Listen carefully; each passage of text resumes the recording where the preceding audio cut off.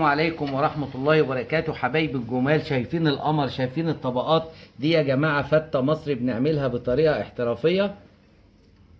بصوا يا جماعة الموضوع عامل ازاي. الموضوع راح معانا في حتة تانية، والطبقات بتاعتنا عاملة ازاي. قمر اهي زي ما حضراتكم شايفين. ولا اللحمة عملناها دايبة دوب. بصوا يا جماعة اللحمة عاملة ازاي، دايبة دوب، وان شاء الله هيعجب حضراتكم. بس اهم حاجة نمشي ورا الفيديو للاخر عشان في تريكات وفي اسرار. ويلا بينا نبدأ الوصفة بتاعتنا على بركة الله. السلام عليكم، كل سنة وحضراتكم طيبين. النهاردة هنعمل مع بعض الفتة المصري بطريقة سهلة جدا وبدون تكاليف. يلا بينا.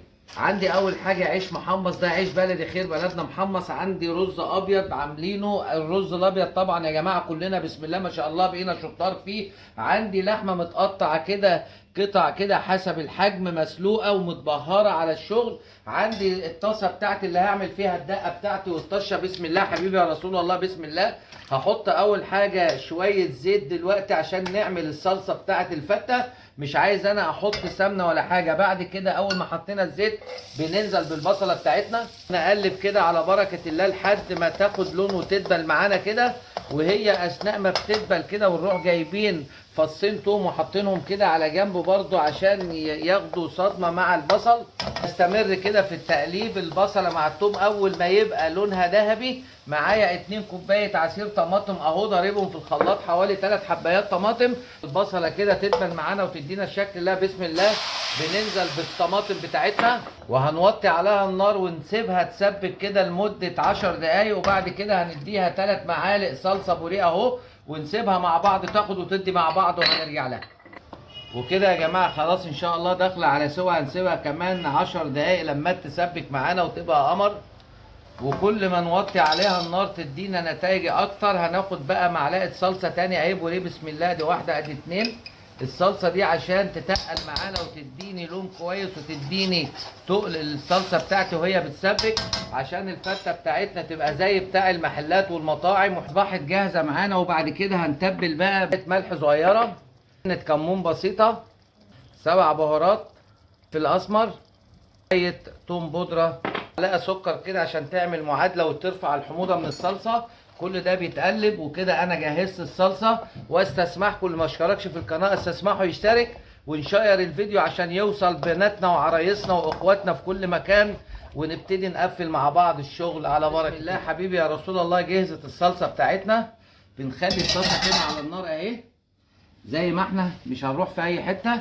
بنجيب احنا العيش بتاعنا المحمص، جبنا العيش وحمصناه وبناخده في قلب الصلصة كده. عيش على الصوص الطماطم اللي عملناها او الصلصة. بننزل ب3 معالق سمنة حلوين كده على العيش اهو، او معلقتين من الصوص برضو اللي احنا عملناه على العيش. الشغل ده يا جماعة والله العظيم حاجة بصوا هتخلي سفرتك قمر. نروح العيش بتاعنا كده ونوديه ونجيبه مرة واثنين وثلاثة. ولسه التركة بتاع الشيف منصور دلوقتي هنطش بقى بالخل والثوم وهتشوفوا القمر دلوقتي. كده هنعمل الطشه بتاعتنا يا حضرات اهو. معلقه سمنه قمر اهي، هننزل ب4 فصوص توم، التوم بتاعنا والسمنه، الخل بتاعنا، كل ده هننزل بيه نسقسق بيه العيش بتاعنا اهو. والله انتم مش عارفين يا جماعه الريحه قلبه الدنيا دلوقتي عامله ازاي. بسم الله. هناخد حته عيش كده زي ما كانت الحاجه الله يرحمها بتعمل، رحمه الله عليها وعلى ابي وعلى امي اهو. نعمل كده كده. اصبح ان العيش بتاع الفته بتاعي جاهز وقمر قمر قمر اهو. عملنا القمر ده كله. الشوربه اللي عملنا فيها اللحمه كده بنسقسق فيها العيش شويه كمان عشان يبقى طري معايا ويبقى قمر. وانا بعمل لكم الفته بطريقه النهارده طريقه احترافيه قسما بالله هتسهل عليك الامور وتخلي الفته ما تقعدش عندك. هياكلوها زي ما بيقولوا، هياكلوا صوابعهم وراها اهو.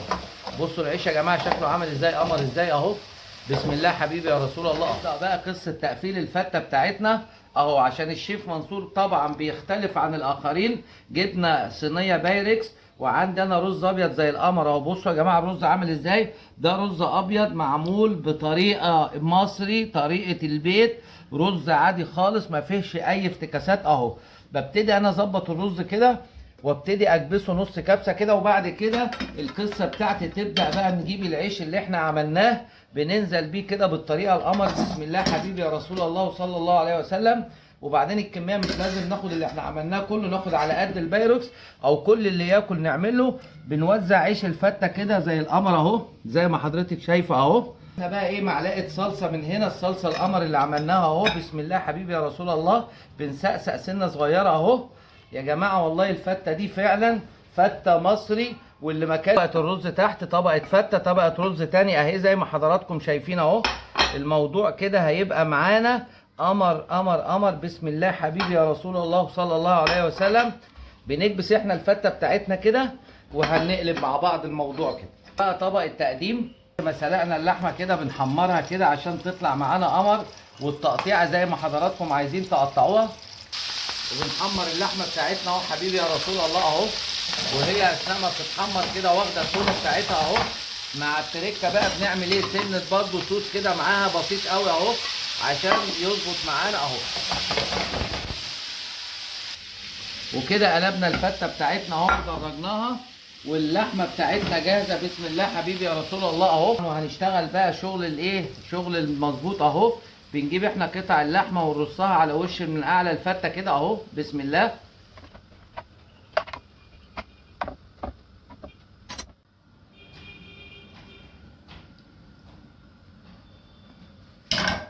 وبعد ما نزلنا باللحمه كده هننزل بالصوص كده على الجناب كده بالراحه اهو اهو. بسم الله حبيبي يا رسول الله.